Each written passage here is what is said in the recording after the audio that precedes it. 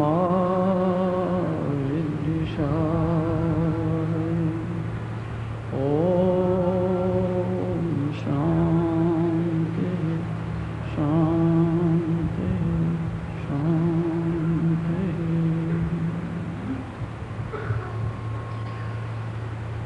श्रीमद् भगवद गीता का 5वां अध्याय है और 22वां सूत्र है। ये ही संस्पर्श या भोगा दुख जोनय एवते है आद्यंतवन्तः कौन्तेय न तेषु रमते बुधः। श्री कृष्ण अर्जुन से कह रहे हैं कि ये जो संसार के विषय हैं और उस संसार की वासनाएं हैं, ये जो संसार के विकार हैं, यह जो संसार के सारे भोग हैं, श्री कृष्ण कह रहे हैं अर्जुन इस बात को अपने हृदय में बिठा लो, गांठ बांध करके रख लो कि ये एक ना एक दिन तुम्हें दुख देंगे।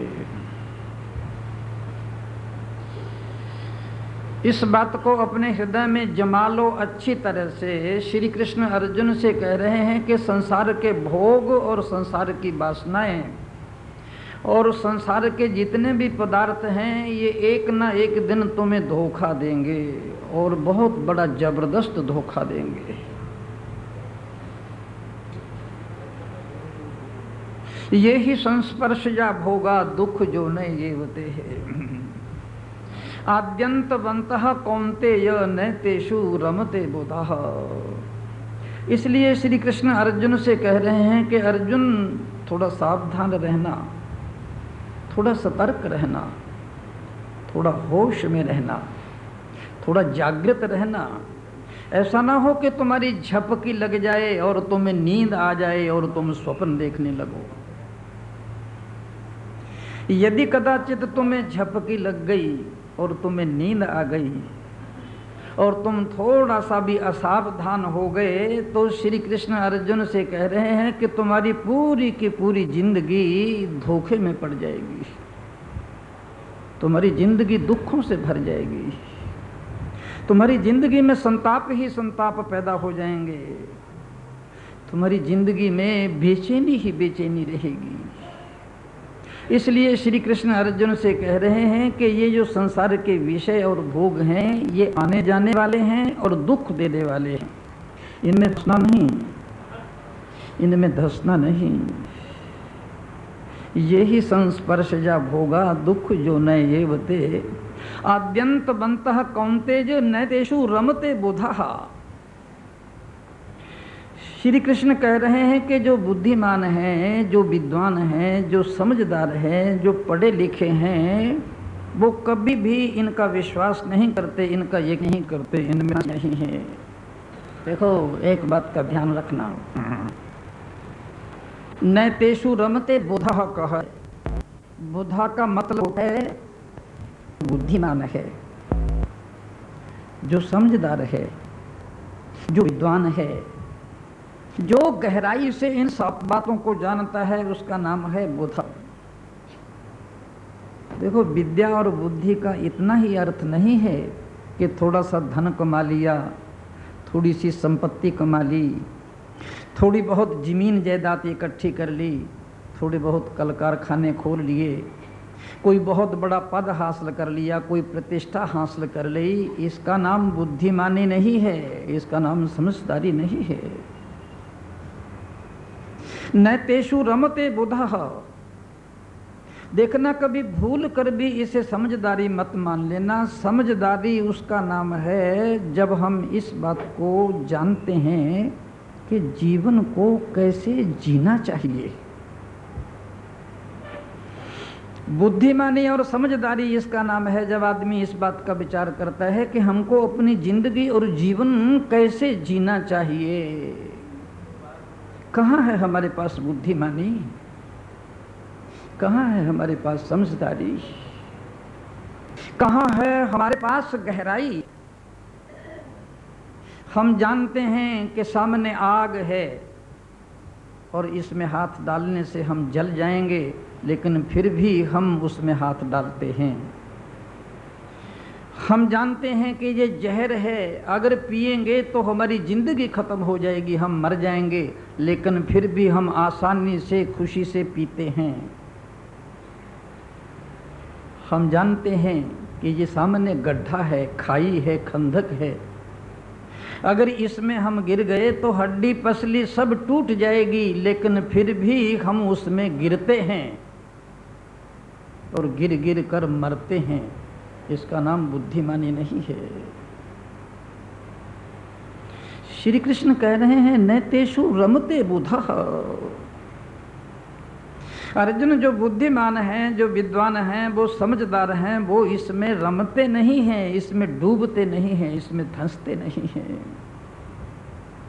अगर हमारे पास बुद्धिमानी है, अगर हमारे पास समझदारी है, अगर हमारे पास डिप्लोमे हैं, अगर हमारे पास तकमे हैं, इस बात के कि हम बुद्धिमान हैं, हम समझदार हैं, हम पढ़े लिखे हैं, तो उसका प्रमाण होना चाहिए। गीता कह रही है कि उसका प्रमाण दो कि तुम बुद्धिमान हो और तुम समझदार हो, और यदि तुम प्रमाण उल्टा दे रहे हो तो गीता नहीं मानती कि तुम बुद्धिमान हो और तुम विद्वान हो।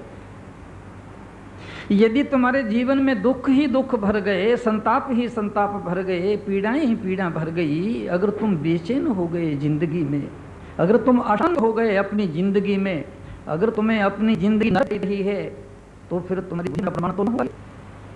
क्या बुद्धिमानी समझ रहा है ये प्रमाण है? जीवन दुख से भर जाए, जीवन संताप से भर जाए, जीवन पीड़ा से भर जाए, न दिन को चैन मिले, रात को चैन मिले, भूख भी चली जाए, नींद जाए, क्या इसी का नाम बुद्धिमानी है? क्या यही डिप्लोमे तुम्हारे हाथ में आए हैं? क्या डिग्रियां तुमने कमाई हैं? क्या जानती इस बात को? गीता कहती है तुम बुद्धिमान हो, विद्वान हो, इसका प्रमाण दो। बुद्धिमानी का और समझदारी का प्रमाण ये है कि हमारी जिंदगी में शांति उतर रही है, हमारी जिंदगी में संतोष आ रहा है, हमारी जिंदगी में अमन आ रहा है, और हमारी जिंदगी चैन से भर रही है, और हमें लगता है कि हमारी जिंदगी में एक गहराई से परमात्मा का वास है। ये ही संस्पर्श जा जो नैवते आद्यंत बंधा कौन्ते जो नैतेषु रमते नैतेषु रमते। अर्जुन, बुद्धान, विद्वान और बुद्धिमान इसमें रमते नहीं है। महाराज, गीता तो बहुत अनूठी और अद्भुत बात कहती है। गीता कह रही है खूब कमाओ, गीता कह रही है खूब खाओ, गीता कह रही है खूब पहनो, गीता कह रही है खूब हंसो और खूब नाचो और खूब झूमो, लेकिन गीता साथ ही साथ ये कह रही है कि कहीं को मत, नैतेषु रमते भः। गीता कह रही है जो कुछ करना है बड़ी खुशी से करो, संसार करने के लिए है। गीता भोगों का विरोध नहीं करती है, गीता विषयों का विरोध नहीं करती है। गीता संसार में जो ऐश्वर्य है, जो संपत्ति है, जो धन है, जो वैभव है और बड़े बड़े मकान, जमीन जायदाद है, गीता बिल्कुल ही इसका विरोध नहीं करती। बस गीता एक ही बात कहती है, ऐसा हो जब तुम्हारी अर्थी उठे और अंतिम जीवन की घड़ी आ जाए, ऐसा ना हो कि तुम ये कह सको कि हमने कुछ पाया नहीं, तुम ये न कह सको कि हमने कुछ भोगा नहीं, तुम ये न कह सको कि हमने छोड़े। श्री कृष्ण अर्जुन यहाँ पर ये कह रहे हैं कि अर्जुन, ये जो संसार के विषय हैं, ये जो संसार के विकार हैं, ये जो संसार की बातें, ये जो संसार के भोग हैं, तुम इनका कहीं ध्यान मत करने लग जाना। इतनी बड़ी बात कह रहे हैं कृष्ण के, ये ध्यान की चीजें नहीं हैं।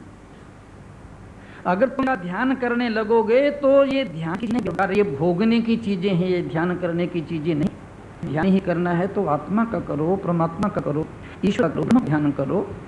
अरे यदि ध्यान ही करना है तो राम का ध्यान करो, कृष्ण का ध्यान करो, शंकर का ध्यान करो, देवी का ध्यान करो, शक्ति का ध्यान करो, का ध्यान करो, गणेश का ध्यान करो।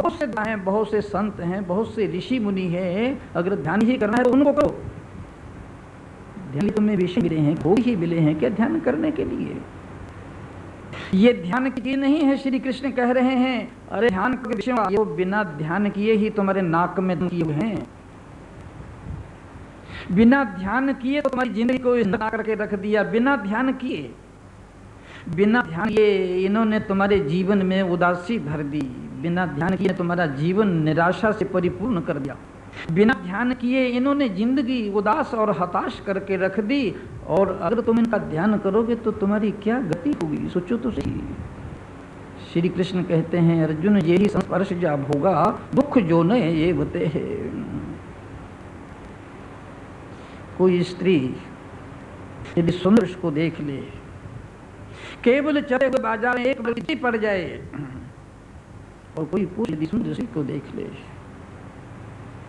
तो उसकी आकृति, उसका शक्ल, उसके वस्त्र, उसके आभूषण उसके प्राणों में और उसकी आत्मा में जम जाते हैं। जरा सा देख भले, ध्यान करने की भी जरूरत नहीं, जरा सी आंख भर करके देख लिया, उसकी आंखों में उसकी छवि उतर आती। फिर जारी बात दूर, रात्रि को जब वो सोता है उस समय भी उसकी स्मृति उसमें जाती नहीं है।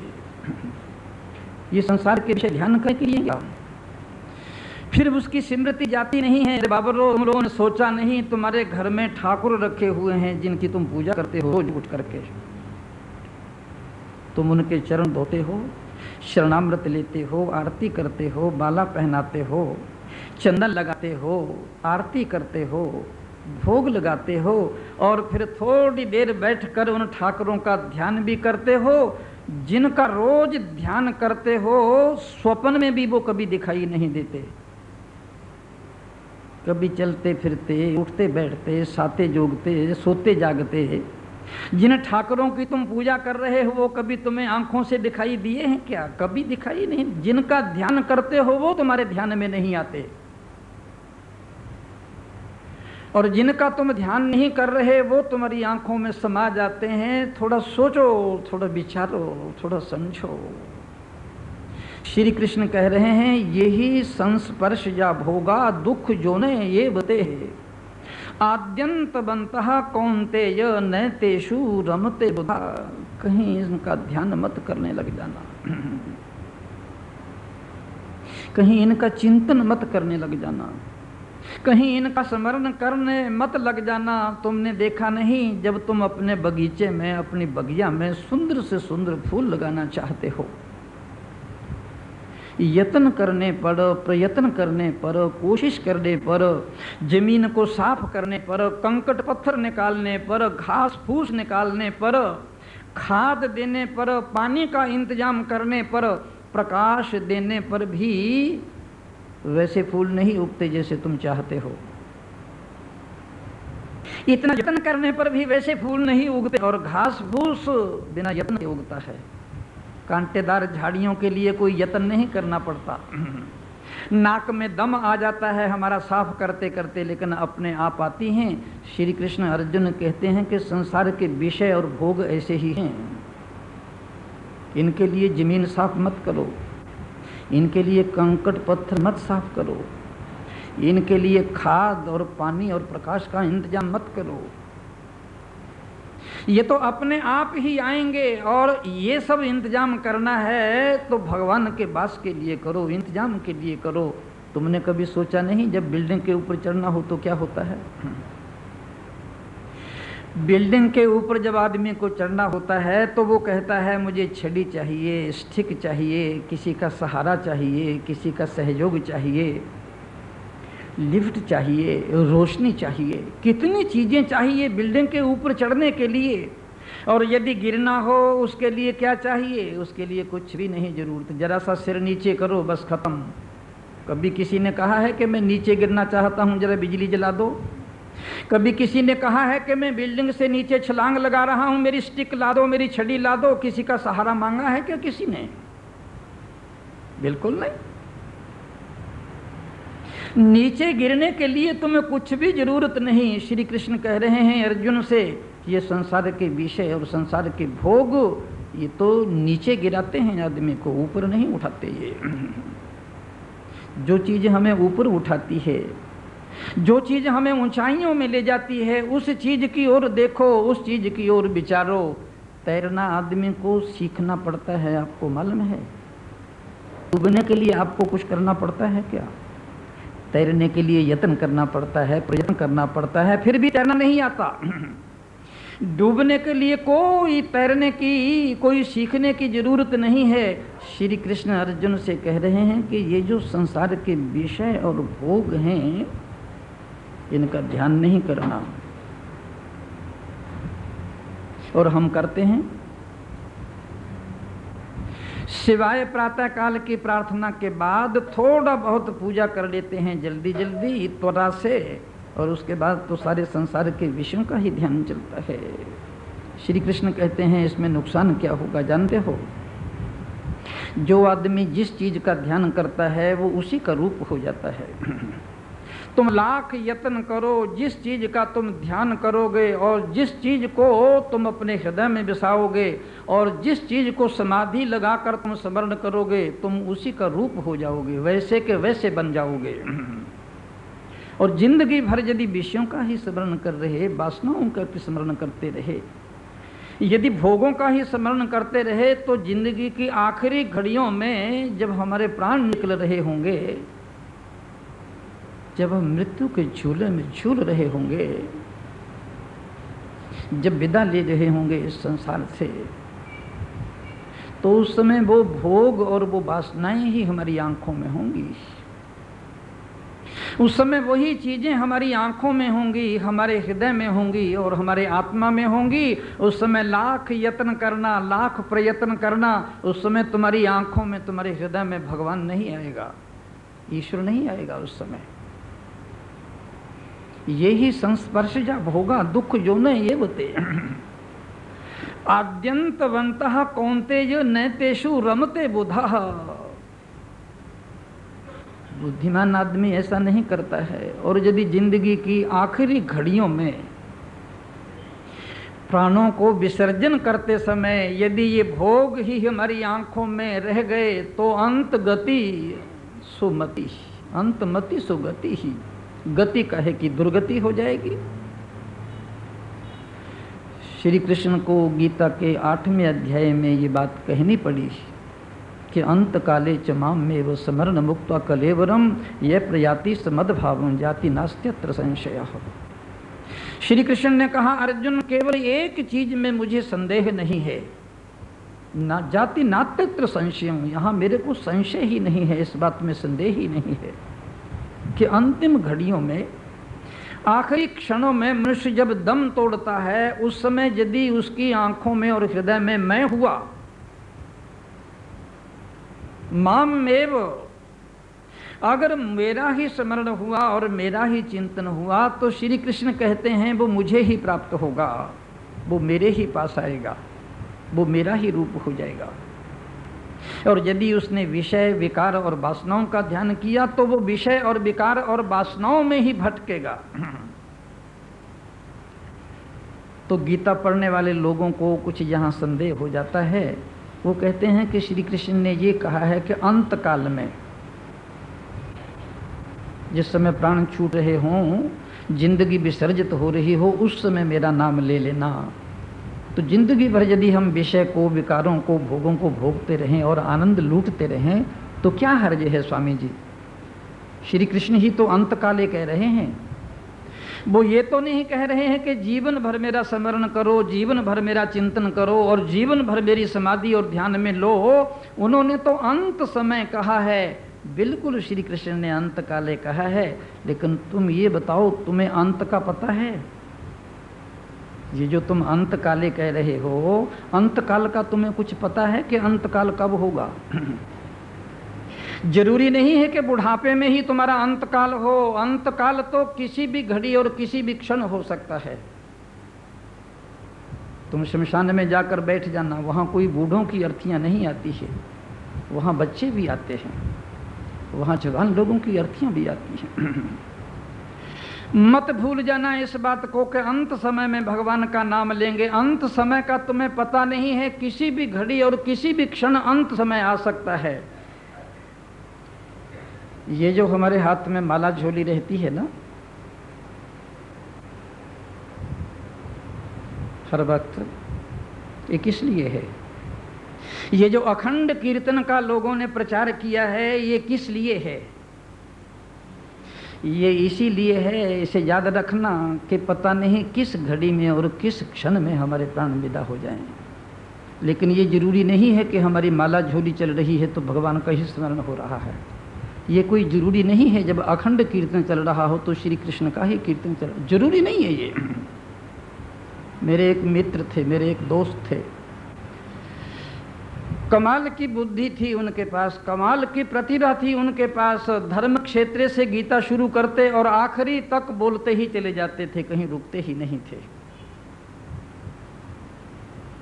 और गीता के अंतिम श्लोक से उल्टा लेते और सारी की सारी गीता पढ़ते जाते थे। और गीता में कहाँ कहाँ कौन कौन शब्द कहाँ आया है और किधर आया है और कैसे आया है उनको बिल्कुल याद था। लेकिन आश्चर्य की बात है, मेरे सामने ही उनकी मृत्यु हुई है, मेरे सामने ही उनके प्राण छूटे हैं। अंतिम प्राण छूटते समय मैंने एक दो गीता के श्लोक बोले, उन्होंने सिर हिला दिया कि याद नहीं है।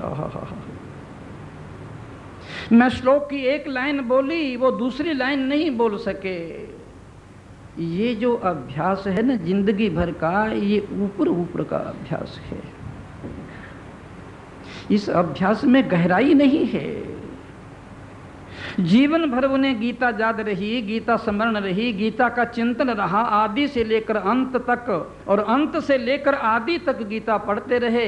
लेकिन जिंदगी की आखिरी घड़ियों ने धोखा हो गया। न तेषु रमते बुधः। श्री कृष्ण अर्जुन से कह रहे हैं जरा होश से काम करना, आखिरी घड़ियों में भगवान का नाम ले लोगे ये कोई निश्चित नहीं है। एक तो अंत का पता नहीं है और दूसरा अंत समय में चार चार कष्ट होते हैं, इसको स्मरण रखना। एक तो उस समय शरीर का कष्ट होता है, शरीर का बहुत ज़्यादा कष्ट होता है। शरीर का कष्ट क्यों होता है? हमने इस शरीर को ही आत्मा समझा हुआ है। सबसे ज़्यादा ममता और सबसे ज़्यादा मोह और सबसे ज़्यादा आसक्ति और सबसे ज़्यादा लगाव मनुष्य को शरीर से है। देखते नहीं हो, सारा दिन तो शरीर का भरण पोषण हो रहा है। भूख लगी तो शरीर का ध्यान, प्यास लगी तो शरीर का ध्यान, नींद लगी तो शरीर का ध्यान, सर्दी लगी तो शरीर का ध्यान, गर्मी लगी तो शरीर का ध्यान, किसी ने अपमान कर दिया तो 24 घंटे शरीर तो शरीर ही है। तो आत्मा है कहाँ? परमात्मा है कहाँ? सबसे ज्यादा मनुष्य की आसक्ति शरीर से है। कोई भी आदमी मृत्यु नहीं चाहता है, मरण नहीं चाहता है। ये तो मृत्यु जबरदस्ती आती है, पूरे शरीर में से आत्मा को खींचती है। वो सबसे बड़ा ऑपरेशन है मृत्यु, इससे बड़ा कोई ऑपरेशन नहीं है। यदि हमारे किसी शरीर के एक अंग का ऑपरेशन करना हो तो डॉक्टर को मूर्छित करना पड़ता है, बेहोश करना पड़ता है। और ये तो ऐसा खतरनाक ऑपरेशन है कि हमारे पूरे शरीर में से आत्मा खींचती है।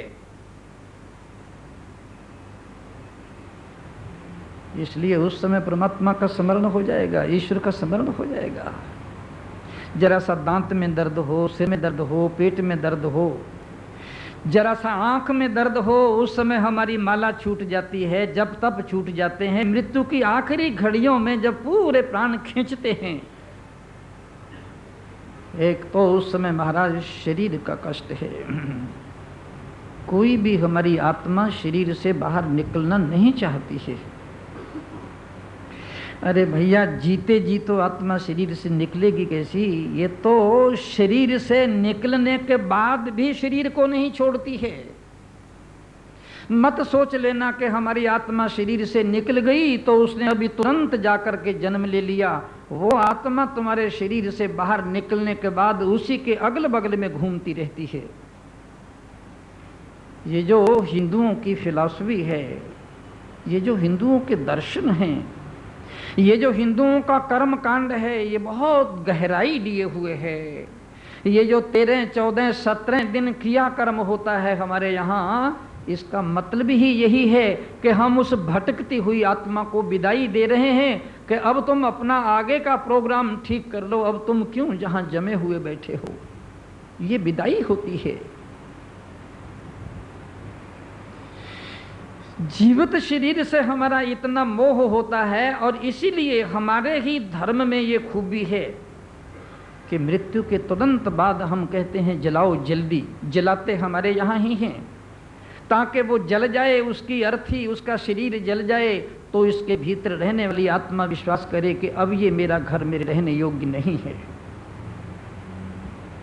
एक तो शरीर का कष्ट होता है और दूसरा कष्ट होता है जो हमारे पति है, पत्नी है, परिवार हैं, मित्र हैं, दोस्त हैं, बंधु बांधव हैं, जो हमने तिजोरियां इकट्ठी की हैं, धन इकट्ठा किया है, वैभव इकट्ठा किया है, वो सारा का सारा हमारे हृदय में ही तो जमा है।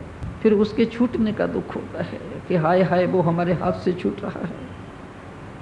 एक तो शरीर का कष्ट और दूसरे बंधु बांधव, मित्र, दोस्त, परिवार, धन संपत्ति, वैभव, इसके छूटने का कष्ट। और तीसरा एक और कष्ट होता है महाराज, जाने अनजाने हमने जीवन में जो पाप किए हैं, जो संताप किए हैं, जो दूसरों को सताया है, उस समय वो भी याद आता है। हमने जिनके लिए इतने पाप किए, कपट किए, छल किए, धोखा किया, बेईमानी किया, ये भी जाने अनजाने जितने पाप हैं वो भी एक कष्ट उस समय हमारे सामने आ जाता है। और चौथा एक दूसरा कष्ट भी होता है, जहाँ हम जा रहे हैं वहाँ का हमें कुछ पता ही नहीं है, ना कोई नक्शा है हमारे पास, ना कोई सड़क का पता है हमारे पास, और ना कोई मार्ग बताने वाला है हमारे पास। एक अत्यंत अंधेरी गली में प्रवेश कर रहे हैं, ना वहाँ की भाषा का पता है और ना वहाँ के लोगों का पता है, जा कहाँ रहे हैं कुछ पता ही नहीं है। चार कष्ट होते हैं। उस समय परमात्मा का स्मरण करना बड़ा कठिन है। श्री कृष्ण अर्जुन से कह रहे हैं, ये ही संस्पर्श या भोगा दुख जो न येवते आद्यंत बंतः कौन्तेय न तेषु रमते बोधः। संसार में रहो, कोई हर्ज नहीं है संसार में रहने का, और संसार में शान से रहो, ठाठ से रहो और चमक कर रहो संसार में। जो कुछ खाना पीना है पूरी तरह से खा लो, ये अधूरा अधूरा नहीं, बढ़िया से बढ़िया पहना करो ना, कौन मने करता है, गीता नहीं इनकार करती। और बढ़िया से बढ़िया भोजन करो, और बढ़िया से बढ़िया महलों में तकिए लगाकर सोने के सिंहासनों पर सो। बिजनेस व्यापार में लाखों करोड़ों अरबों खरबों रुपयों के ढेर लगा करके रख दो, कोई गीता मने नहीं करती इस बात के लिए। लेकिन गीता कहती है इनको हृदय में और आत्मा में स्थान मत देना। हृदय में और आत्मा में जब स्थान देना तो परमात्मा को ही देना, ईश्वर को ही देना। ये सब चीजें तुम्हारे साथ जाने वाली नहीं है। न तेषु रमते बुधः, जो बुधः विद्वान और समझदार आदमी होते हैं वो इसमें रमते नहीं है। श्री कृष्ण कहते हैं, अर्जुन ये सारी की सारी जितनी चीजें हैं अंत में दुख देने वाली हैं और धोखा देने वाली हैं और पीड़ा देने वाली हैं और तुम्हें क्लेश से भरने वाली हैं। मेरे एक मित्र थे महाराज,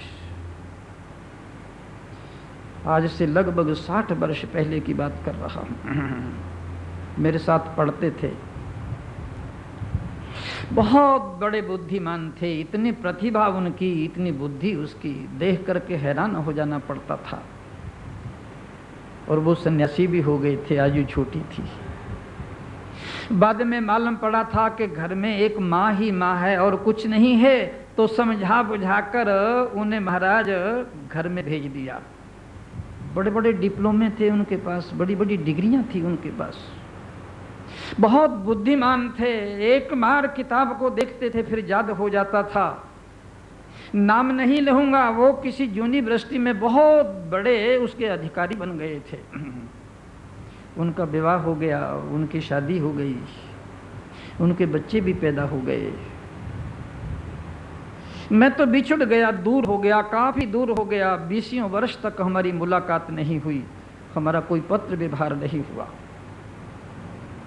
लेकिन उनको मेरा पता था कि मैं कहाँ हूँ, और मेरे को उनका पता था।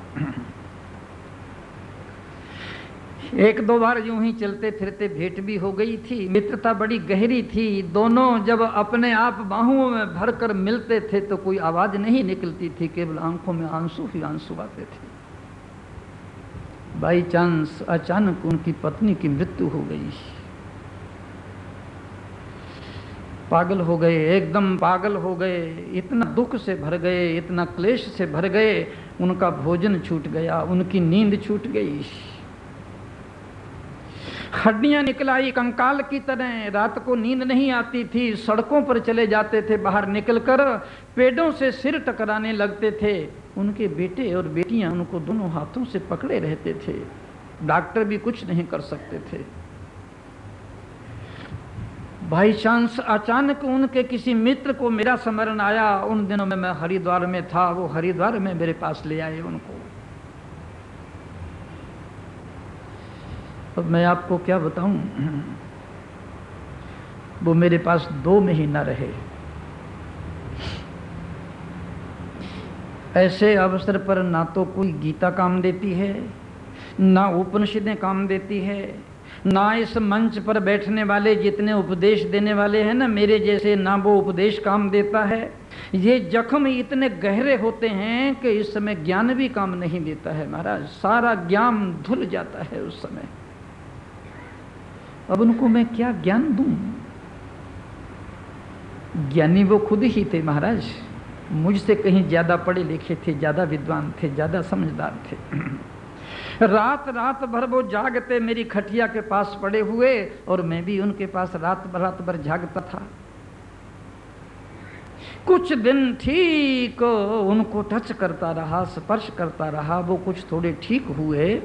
आधी रात का समय था, बिजली जल रही थी, हम दोनों एक ही खटिया पर बैठे हुए थे।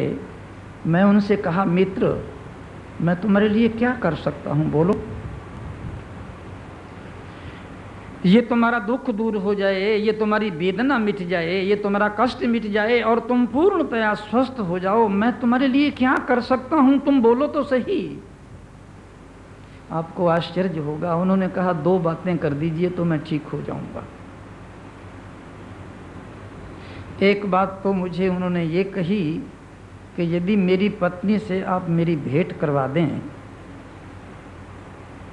केवल 2 मिनट मेरी पत्नी से मेरी बातें करवा दें तो मैं ठीक हो जाऊंगा। और दूसरा उन्होंने मुझसे कहा कि अगले जन्म में मेरी पत्नी से मेरी भेंट हो सकती है क्या। देखो, ये बातें जिसको दुख होता है वो तो महसूस करता है, लेकिन श्री कृष्ण इन बातों के बड़े खिलाफ हैं। मैंने उनके धीरे से उनको कहा, गुस्से से नहीं, नाराजगी से नहीं, मैंने उनको दोनों बाहुओं में भरकर उनके आंसू पोंछते हुए कहा, मित्र 30-35 वर्ष तुम्हारी पत्नी तुम्हारे साथ रही, एक साथ खाया, एक साथ पिया, एक साथ सोए, एक साथ बैठे, और 35 वर्ष तक कितनी आपस में घुल मिलकर तुम लोगों ने बातें की, और अगर 2 मिनट इस समय बात हो जाएगी तो क्या हो जाएगा फिर। 35 वर्ष तक तुमने कितनी बातें की, एक साथ खाया, एक साथ पिया, एक साथ उठे, एक साथ बैठे, एक साथ चले और एक साथ हंसे। अब 2 मिनट तक, 5 मिनट तक यदि बातें कर भी लिया तो तुमको क्या तसल्ली हो जाएगी। तो फिर मैंने कहा, ये जो दूसरे जन्म की बात कह रहे हैं भेंट की, तो मैंने उनसे कहा कि इससे पहले जन्म में भी तो तुम्हारी कोई पत्नी होगी, कि जरूर होगी। अब तुमको याद है? उन्होंने कहा बिल्कुल याद नहीं। इससे पहले जन्म में भी तो तुम्हारी कोई पत्नी होगी, कि जरूर होगी, कि अब तुमको उसका कोई स्मरण है क्या, चिंतन है क्या, कि बिल्कुल नहीं है। तो अगले जन्म में जब तुम्हारी पत्नी अगर तुमको मिल भी गई तो तुम्हें याद आएगा क्या कि ये मेरी पत्नी है। पढ़े लिखे तो थे ही, विद्वान तो थे ही, समझदार तो थे ही, उनकी बातें मेरे हृदय में बैठती गई। मेरी बातें जमती गई उनके हृदय में, धीरे धीरे वो 4 महीने में स्वस्थ हो गए। मेरा कहने का तात्पर्य और कुछ भी नहीं है, सिर्फ इतना है कि ये संसार के जितने भोग हैं ना, ये संसार के जितने विषय हैं, ये एक दिन ऐसा दुख देंगे तुम्हें और ऐसा धोखा देंगे तुम्हें यदि सावधान न रहे, और ऐसा पटकेंगे कि तुम्हारी हड्डी पसली सब चूर चूर करके रख देंगे। यही संस्पर्श जब होगा दुख जो न येवते आद्यंत बनता कौंतेज नैतेषु रमते बुधा। ये श्री कृष्ण कह रहे हैं बुधा। अर्जुन, जो बुद्धिमान आदमी होते हैं, विद्वान आदमी बोते हैं, वो थोड़ा समझ कर चलते हैं, होश से चलते हैं, आंखें खोल करके चलते हैं, थोड़ा विचार में चलते हैं। भारत के चक्रवर्ती सम्राट हुए हैं महाराज भर्तृहरि। आप लोग नहीं जानते हो, इतना बड़ा विद्वान और इतना बड़ा बुद्धिमान और इतना बड़ा भारत का चक्रवर्ती सम्राट, 2-3 किताबें लिखी हैं उन्होंने, रिकॉर्ड तोड़ के रख दिया है संसार का। वो सम्राट रहे और राजा रहे, जैसे भोग उन्होंने भोगे, जैसे संसार में बूंद बूंद कर भोगों का रस उन्होंने निचोड़ा, जैसे संसार के वैभव, संसार का ऐश्वर्य का आनंद उन्होंने लिया, मैं नहीं समझता कि ऐसा किसी ने लिया होगा। 24 घंटे संसार के भोग और विलास में रमे रहते थे। उन दिनों में उन्होंने महाराज श्रृंगार शतक लिखा है, उसमें श्रृंगार की बातें हैं। लोगों ने बहुत लिखी हैं भोग की बातें, लेकिन भर्तृहरि जैसी कोई बात नहीं मिलती है। श्रृंगार शतक,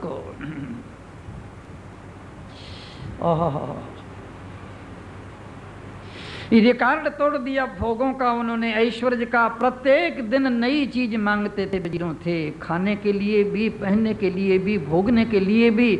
जब सारे संसार के भोग एक एक कर चुक गए तो उनको वैराग्य हो गया। वैराग्य की भी एक छोटी सी घटना है, बड़ी प्यारी घटना है। किसी महात्मा ने उसको फल दे दिया कि भर्तृहरि बड़े प्यारे हो और बड़े मीठे हो, बड़े स्वीट हो, इसको खा लो, तुम अमर हो जाओगे। भर्तृहरि ने कहा अगर 2 आदमी खाएं तो? महात्मा समझ गए कि पत्नी से बहुत ज़्यादा प्यार है इसका, ये चाहता है पत्नी भी खाए और मैं भी खाऊं। तो महात्मा ने कहा नहीं, 2 नहीं, 1 ही खा सकेगा। भर्तृहरि ने वो फल ले जाकर अपनी पत्नी को दे दिया कि मैं क्या करूंगा अमर होकर, तुम अमर हो जाओ।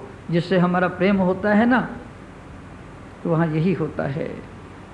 पत्नी को फल दे दिया, और पत्नी का प्रेम था जो भर्तृहरि का अंगरक्षक था, उससे उसने अंगरक्षक को वो फल दे दिया कि मैं क्या करूंगी खाके, तुम जीवित रहो।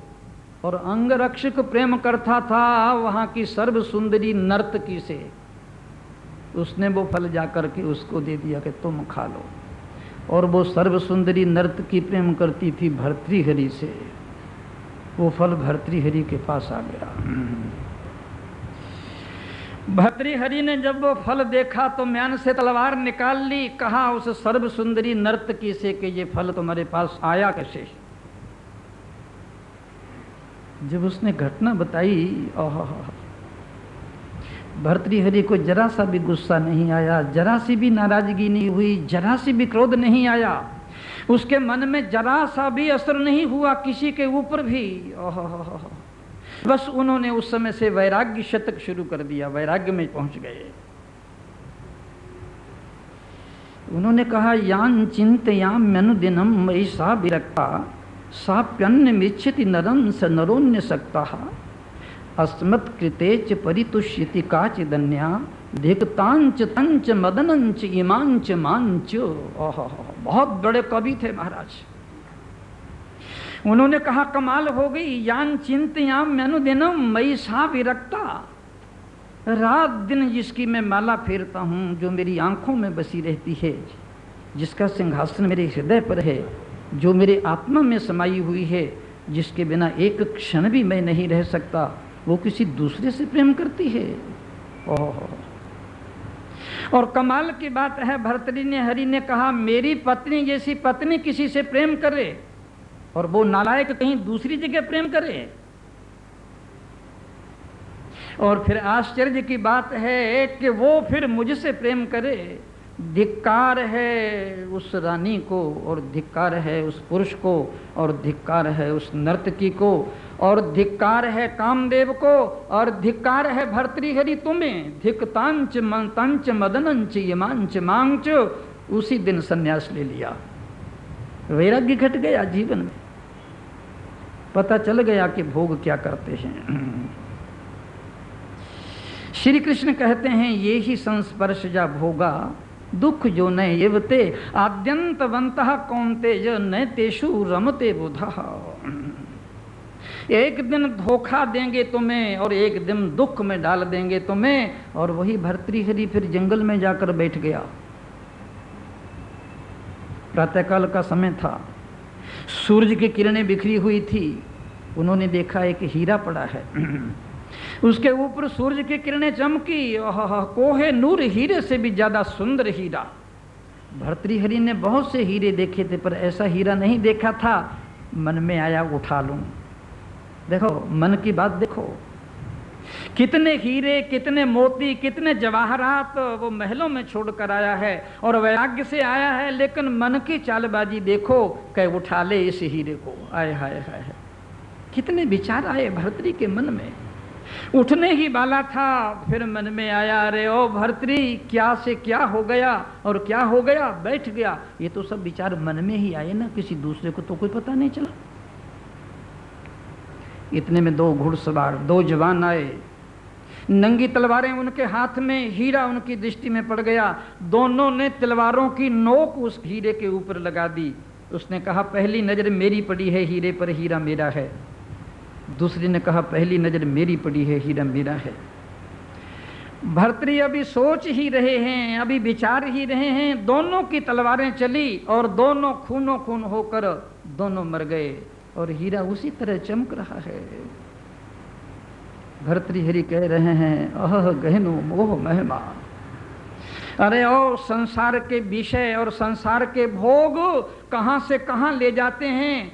एक आदमी के मन में भोग की चमक आई तो वो वैराग्य और सन्यासी हो गया, और दूसरे के मन